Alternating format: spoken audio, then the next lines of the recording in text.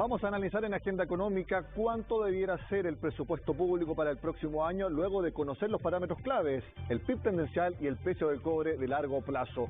Lo hacemos con uno de los integrantes del comité que precisamente entrega proyecciones de cuánto debe ser en este caso el PIB tendencial. Me refiero a Alejandro Larcón, economista de la Universidad de Chile y también miembro de este comité. Alejandro, como siempre, gracias por estar con nosotros en Agenda Económica. Muy buen día, Nicolás. Gusto saludarte. Alejandro, Hacienda estimó dentro de su presupuesto un PIB de Chile para los próximos años, que es como se conoce el PIB tendencial, de 2,6%. ¿Está cerca o es el mismo número que tú propusiste dentro del comité? Yo estuve más, no exactamente esa cifra, pero muy cerca. Por lo tanto, el número me parece bien. Hay que recordar que el comité lo integran 16 expertos. Y por lo tanto, al final resulta un promedio, y por lo tanto creo que la mayor parte del comité puede haber apuntado ese número, algunos por abajo, como el caso mío, pero muy cercano. Yo tenía un rango en realidad, porque es muy difícil apuntarse en un rango de 2,5, ¿no es cierto? Y otros probablemente apuntaron por arriba, pero está en la profesión, el cálculo está, yo creo, absolutamente bastante cercano a lo que dio el ministro de Hacienda. ¿Y Alejandro? Nosotros Sí. Sabemos que la economía chilena no es la de la enorme caída de 2020, pero tampoco es del enorme crecimiento de este año que podría llegar a 10%. Ese 2,6%, uno tiene que entender lo que ese es el Chile de verdad, la economía chilena que estructuralmente crece a ese nivel. Yo creo que sí, que está muy cerca de aquello, de un 2,5, 2,6, y refleja las debilidades que tiene la economía en este momento, con un como se incluye el capital, ¿no es cierto?, que es la inversión, el cambio del capital es la inversión, creciendo a tasas mucho más bajas que en el pasado, y el empleo no creciendo prácticamente, ¿no es cierto? El cálculo del producto tendencial refleja la trayectoria mucho más plana que está mostrando la economía que lo que mostró en otros periodos. Yo estoy en el comité del producto tendencial desde el año 2000, cuando lo inauguró el presidente Lagos y eligió un grupo de expertos, y ahí he continuado en ese grupo. O sea, tengo experiencia de 21 años calculando el producto tendencial, y me parece que son las trayectorias del trabajo, la trayectoria del capital y la productividad que no cambian. La productividad total de factor a mí me resultó cero, ¿no es cierto? Y en este juguera que se hace el cálculo con método econométrico, llegamos en forma bastante, yo diría, impresionante. Muchos economistas que están en ese comité a un número muy similar. Por lo tanto, refleja, y para los cálculos de la mayoría, yo diría casi todos, están centrados en ese número. Alejandro, el presupuesto público de este año fue en torno a 74.000 millones de dólares.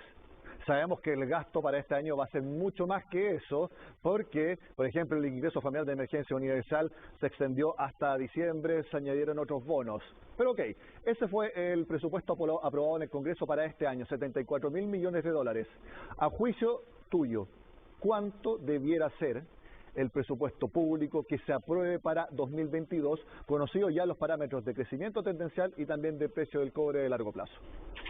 Bueno, dado el producto tendencial que resultó, ese cálculo entra en el cálculo del ingreso, los ingresos estructurales fiscales, y eso se compara con los gastos fiscales estructurales para determinar un cierto resultado estructural que se llama de déficit, y el cual ciertamente va a estar lejos de lo que las trayectorias que se han requerido en el pasado para establecer una cierta ancla fiscal que permita a la economía desarrollarse bien.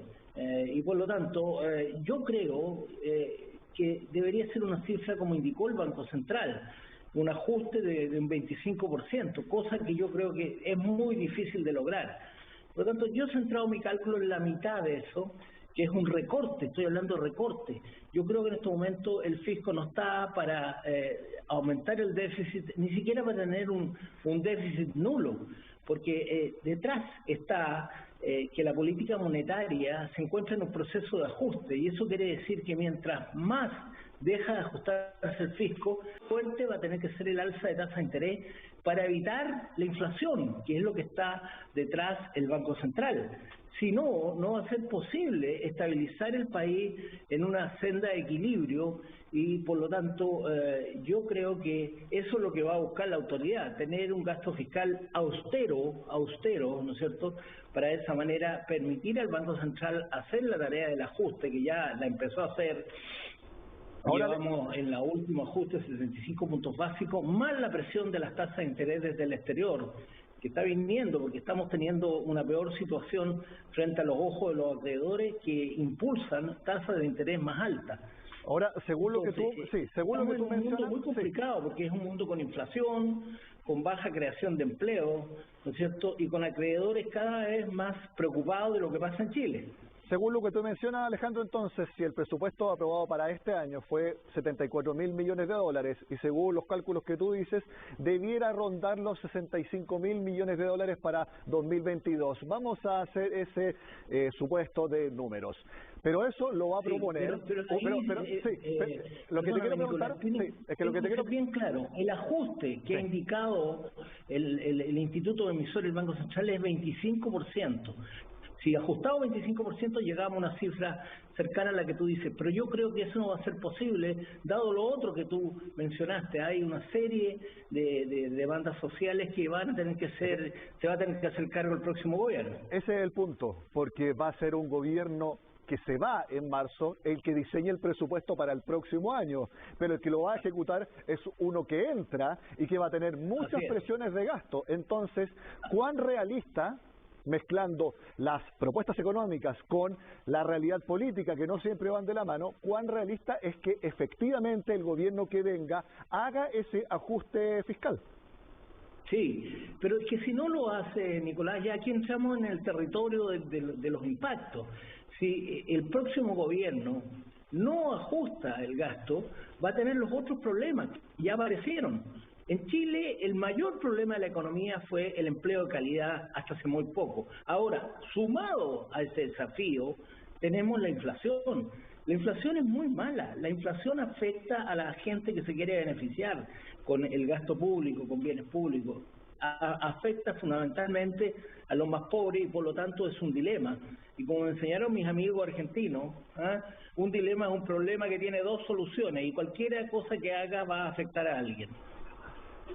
Mi última pregunta, Alejandro, porque se nos acaba el tiempo. Según lo que tú mencionas, si no se hace este ajuste importante en el gasto fiscal del próximo año, tendremos otra razón más para tener mayores presiones inflacionarias de las que ya hay ahora. Por supuesto.